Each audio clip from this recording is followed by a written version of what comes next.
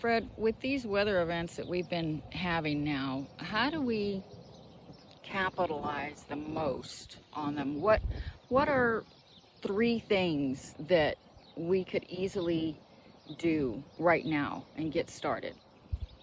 Well, I think the main thing is we need to build resilience in our plant system.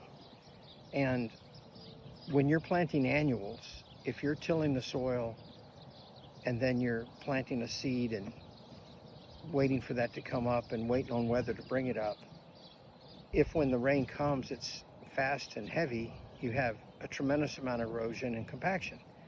So it's becoming harder and harder to plant annuals.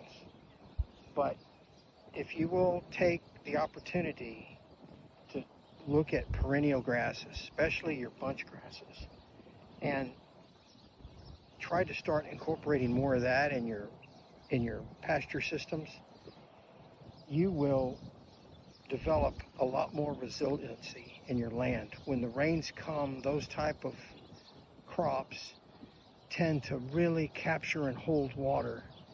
They create a root system that is incredibly deep, and it has the ability to soak up massive amounts of water.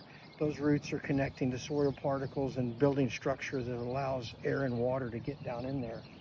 And if it's going to be longer, hotter, and drier between weather events, if we could build systems that can deal with that, we'll have animal feed through those rough times. So I think we all need to pay attention to what we're planting and how we're treating our pastures, because what we used to do and what we need to do now is very different. If you needed to plant annuals, though, as some type of cash crop for yourself, how do you rotate that in? How can you have the resilience for that? Most people in this area, there's two kinds of people in this area. One of them has animals and they're just constantly grazing off the grass. And the others are growing grass to bale it, to sell it to the people with the animals.